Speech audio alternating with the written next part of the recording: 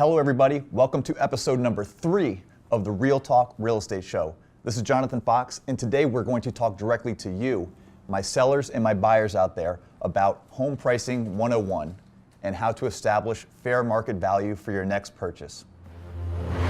Washington, D.C. real estate. Fiercely competitive and always changing.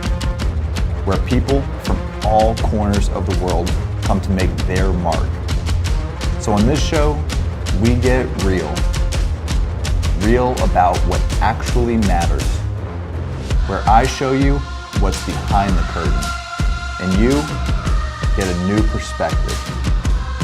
Because having the knowledge and insight means the difference between winning and losing. Welcome to Real Talk Real Estate.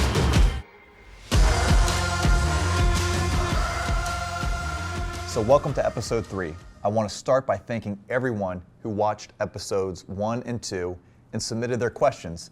This episode is for you. We got a number of questions from episode 1 that dealt with pricing, strategy, whether you're a buyer or a seller. And we did touch on that in episode 1, but here I want to take a deeper dive into strategies you can implement when it comes time to price your listing, or if you're a buyer, to establish fair market value. So I'm going to dive right in and start by saying the number one most misleading thing you can look at are statistics about median home sale prices. I love you, WTOP. I've been on your show a number of times. I love you, Washington Post. You're great. But utilizing those statistics, as you do so frequently, confuses people and frankly isn't a true indicator of anything. The median home price in Washington, D.C. is $412,000. But that doesn't tell you anything. It doesn't mention to you that $412,000 in Northwest D.C. gets you very little, and in a different quadrant of the city would get you a lot. And it also doesn't speak to the fact that just because the median home price may have gone up, doesn't mean that everything's gone up. That's just on average. The middle has gone up to some level. So it's a misleading statistic, and I just throw that out and dismiss it when a seller starts talking to me, well, the average home price in my community went up by 5% this year. Well, did it really? Let's take a look. So how do we just determine that? The first thing we can do is look at it from a kind of dual perspective. It's part art, thank you Picasso, and part science, Galileo. I mean, we look at it from both perspectives. The science is the data, that not statistics, but the data points, the comparables, the most recent sales. But again, those can be very misleading, and I'll get into that in a second. But we look at it from another perspective sometimes. And to all my West Coast viewers and West Coast sellers, you're going to love to hear this. I personally don't like it, but the cost per square footage analysis. Out West, that's how things get done. On the East Coast, it's just so misleading, and I'll tell you why. I just went on a listing appointment this week in Mount Pleasant. It's a beautiful 8-bedroom, 5.5 bathroom, multi-unit property. And the guy said this, we were talking, the seller and I, and trying to figure out value. And I said, well, look, if we use that as an analysis, an indicator of value, we have a range from $400 per foot, all the way to nearly $1,000 per foot in Mount Pleasant.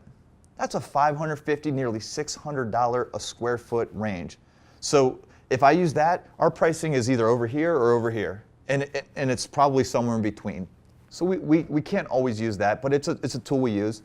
But then honestly, you look at bedrooms and bathrooms, 3 bathrooms in Montgomery County, specifically in Rockville, Maryland. What's the entry level price point for that? If I say I need 3 bathrooms, that has some value that hasn't gone below and usually doesn't go above. So we can look at that and work backwards and ultimately try to create some semblance of value. But it's tough if you just look at the science aspect. So that's where I segue right back into, there's the art. That's where I come into play. And as a real estate professional, marketing strategies have changed so much in the last 5, even 2 years, because there are so many tools at our disposal now. And something that I utilize on a regular basis is the pre-marketing period of time, where my job is to obviously figure out in a general sense what pricing is, but obviously begin that by creating a buzz, a hype, start some type of story about your listing before it hits the market on day one. And if your real estate agent isn't doing that, isn't exploring resources in the pre-marketing category, frankly, they're missing the boat. I mean, that could be something as simple as getting a coming soon sign out, releasing content to the direct neighbors, saying something like, hey, choose your neighbor. If you know someone that loves your community, let them know we've got something coming on the market and it's special. And I want you to know this, go back to episode 1 if you want to know what to do to get your property prepared, because honestly, you need a good product behind this. The marketing, the art, we're going to be doing this stuff is far less effective if it's a piece of junk underneath all that. And just look at it from this standpoint. Look at a company like Apple. I mean, they don't discount their products. They get a premium for what they sell. Why? It's an excellent product and a well-executed marketing strategy. They have a system where they keep everything a secret and then they release things. I mean, it's a different calculus, but ultimately what they have is a great product and a marketing strategy that works very well for their target clientele. So we do the same thing in real estate, and pre-marketing is a big component of that, creating that hype. But another thing we can do, honestly, is try to maximize what you have by letting the buying community know what is so special about your property. I say that because a lot of our buyers are international, or at least they're coming from the other side of the country or whatever the case is. But even if they're coming from just down the street, you know a lot about what makes your listing special. And maybe it's that farmer's market that shows up every Sunday. Maybe it's that the fact that the school down the street your kid can walk to every day, and that's like a real big thing. They don't have to get on a bus. Maybe it's that your garden explodes in the spring with cherry trees, and we're selling your house in the fall, so that's not apparent to a buyer. So like, we want to highlight all that, and an effective way that you can do that as a seller, and we can work together to create this scenario, is that you write a letter directed toward the prospective buyer saying, dear buyer, I am the homeowner and this is what I've absolutely loved about living here. You give me that information and I make sure that's present during the open houses. I make sure that's somewhere included on the back of a brochure. And sure, fair housing laws dictate what I can and can't say, and obviously I don't discriminate. We show the property to everybody.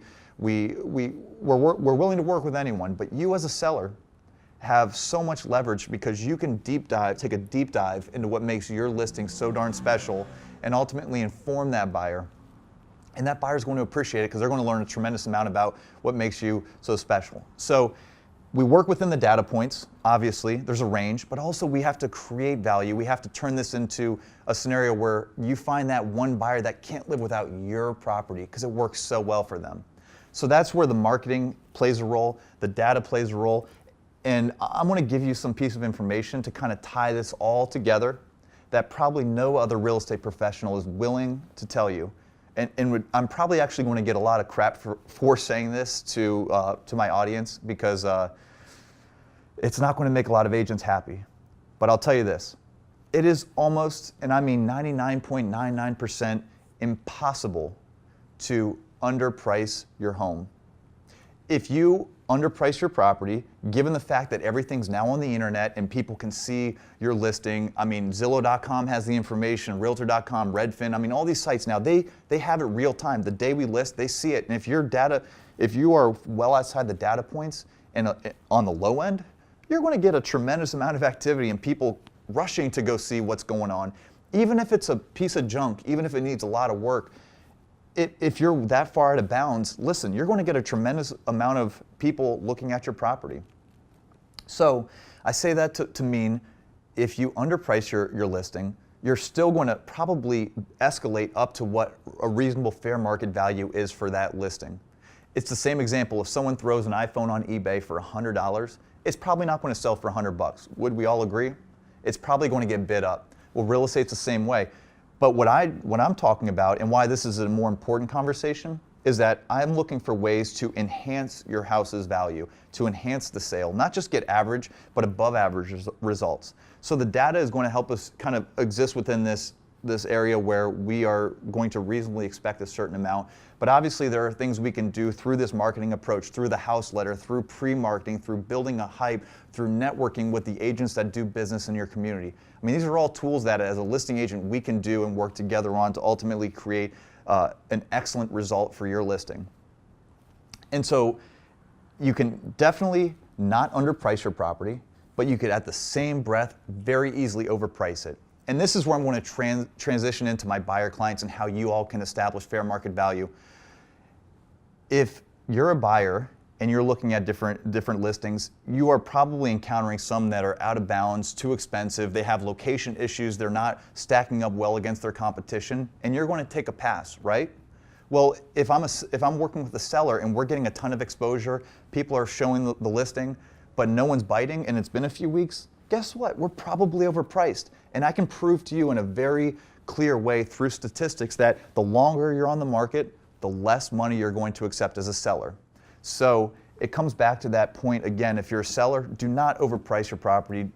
Definitely try not to underprice it, but at the end of the day, do not get too greedy when it comes to pricing. There's things we're going to do to make it a good situation, but ultimately it comes back to getting that piece right, putting our best foot forward, and if we do everything correctly, we're going to knock it out of the park. And pricing will not be an issue, but it's where most people stumble. But as a buyer, you want to look at a couple different things, and this is tough to do, but you can obviously do the same thing a seller does. You can look at the comps and the data, but the reason that that's misleading is because even if something sold 3 months ago for $600,000 and the listing you're considering today is at $625,000, you as a buyer could say, well, heck, the data says that's not worth it. I mean, it sold for 25 grand less just a couple weeks ago, a couple months ago. And my answer is, that is a data point. We can't go back and rebuy that. That's in the past. You got to let that go. And perhaps that listing had major plumbing issues and needed a new HVAC system. Well, the data point doesn't tell that story, so we can't go back and see all that. Well, right there's $25,000 unaccounted for dollars. So obviously, data helps. But another thing you can look at is utilizing the appraisal contingency in your offer. It's an interesting thing. Banks are now very conservative on how they lend money. They want to know at the end of the day that there's a real valuable property at the end of them making their loan, right?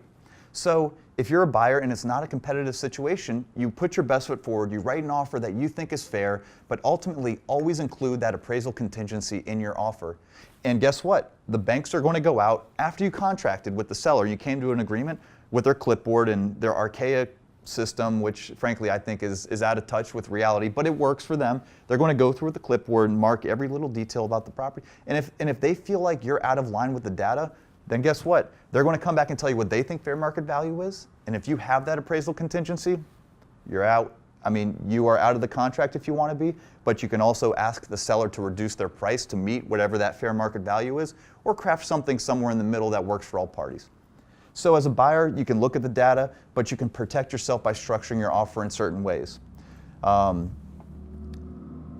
There's a lot more we can say about that if I'm working with buyers, but ultimately, sellers need to get this piece right. It's so darn important. Do not risk your listing over asking for too much money ahead of time. And as a buyer, go with the data, but proceed with confidence when you find something that works for you and include that appraisal contingency.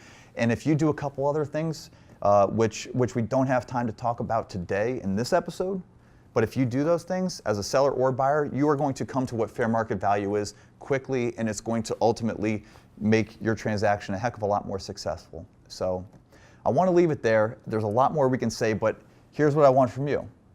I want you to check episodes 1 and 2, and then I want you to, after watching this, submit any of your questions. Use the hashtag AskJohnFox. We want your interaction. This is about you, not us. I have houses to show today. I have appointments tomorrow, but we want you to get involved because this is about bringing you the content you want. So ask us your questions and check back in with us soon. Thanks.